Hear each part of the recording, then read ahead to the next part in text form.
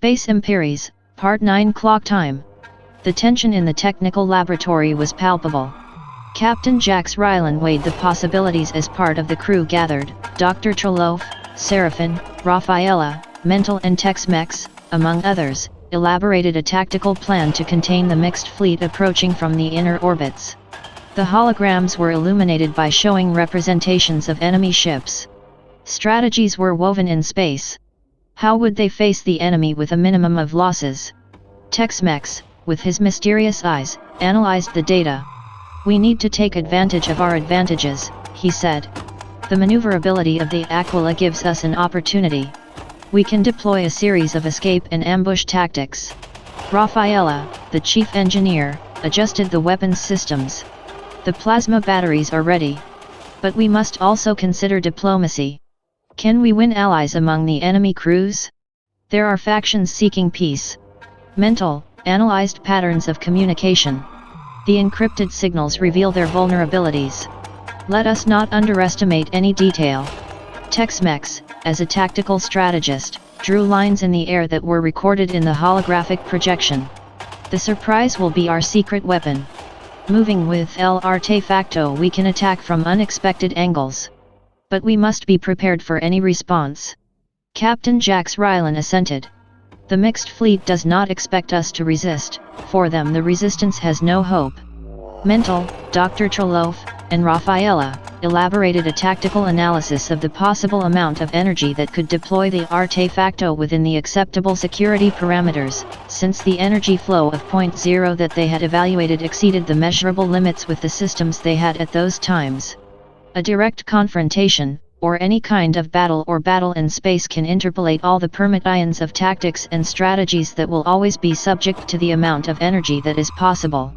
And the Aquila had the almost infinite source of zero-point energy that could channel.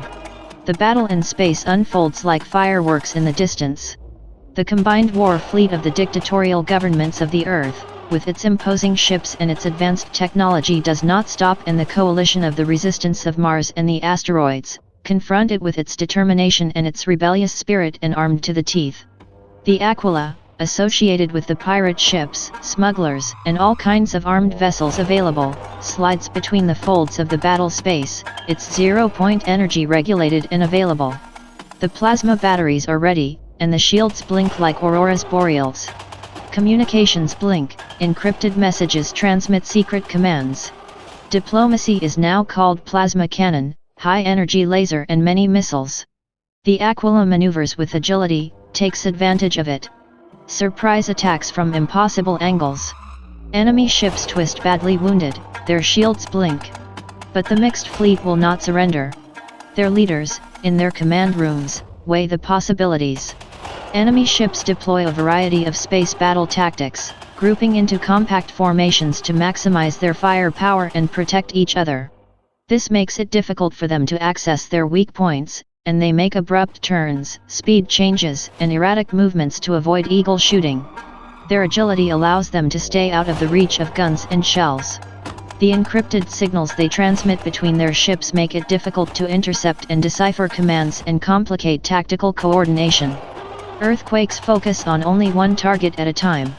This forces the redistribution of defense resources and makes it difficult to respond to multiple threats simultaneously. Drones and mines create dangerous zones in surrounding space. These devices can damage you and limit your mobility. They alter the frequency of shields to adapt to attacks and make it difficult to predict when and how weapons will penetrate. They take advantage of the natural cover provided by some asteroids and to ambush ships. It's hard to detect them until they're very close. They transmit intimidating and threatening messages on communication frequencies that undermine morality and confidence. The Aquila crew must be alert and constantly adapt to changing tactics. The zero-point energy of the Aquila gives an advantage used wisely. The space battle is prolonged in explosions and flashes in vast space. Enemy ships, exhausted but still challenging, fight with nails and teeth.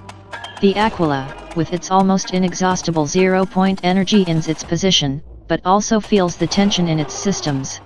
The plasma batteries have been firing over and over again. The shields have been titillating under the constant siege. Communications, now full of interference and screams of orders, are barely end. The crew, sweaty and tired, clings to their positions. And then, in a final effort, the Eagle unleashes its secret weapon, the artifact. Its brightness intensifies, as if it absorbed the very essence of the stars. The enemy's thunder, confused by the energy of discommunity. Captain Jax Rylan, firm, gives the order. The artifact releases its energy, a stream of light that envelopes enemy ships. Their shields disintegrate, their helmets crack. The mixed fleet collapses, like dried leaves in the star wind. And in the silence after the storm, the Aquila floats among the remains. Victory is yours, but at a high cost. The lights blink, the systems recalibrate. Humanity, in its quest for freedom, has survived once again.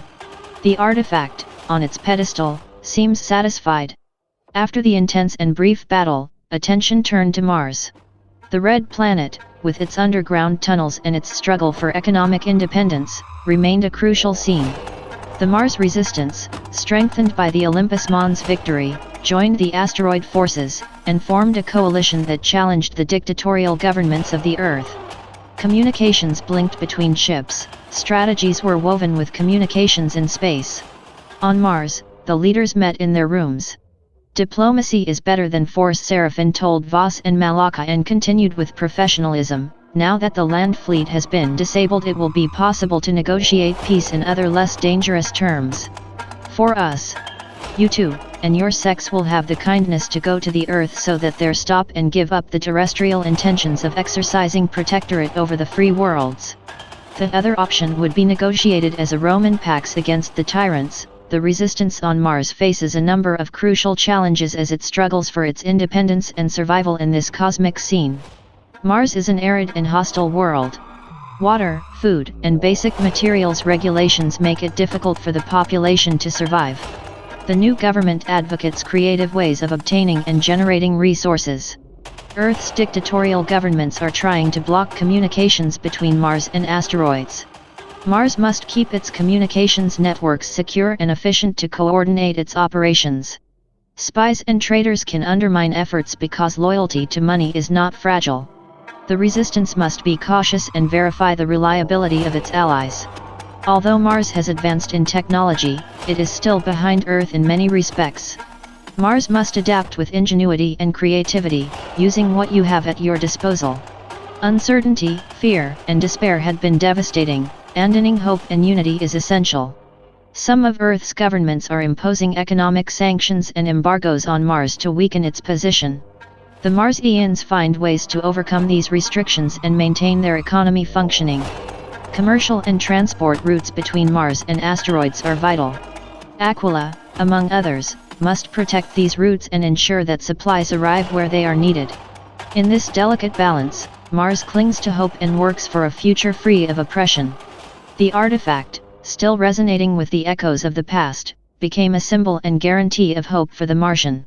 Their zero-point energy left the helium-3 reactors like a toy coke, changing the course of history towards freedom and equality in the struggle for independence. And as the lights oscillate on the screens and the stars derive, Mars becomes the epicenter of the resistance. Humanity, no longer hanging from a thread. For now. End of this narrative arc. Thank you.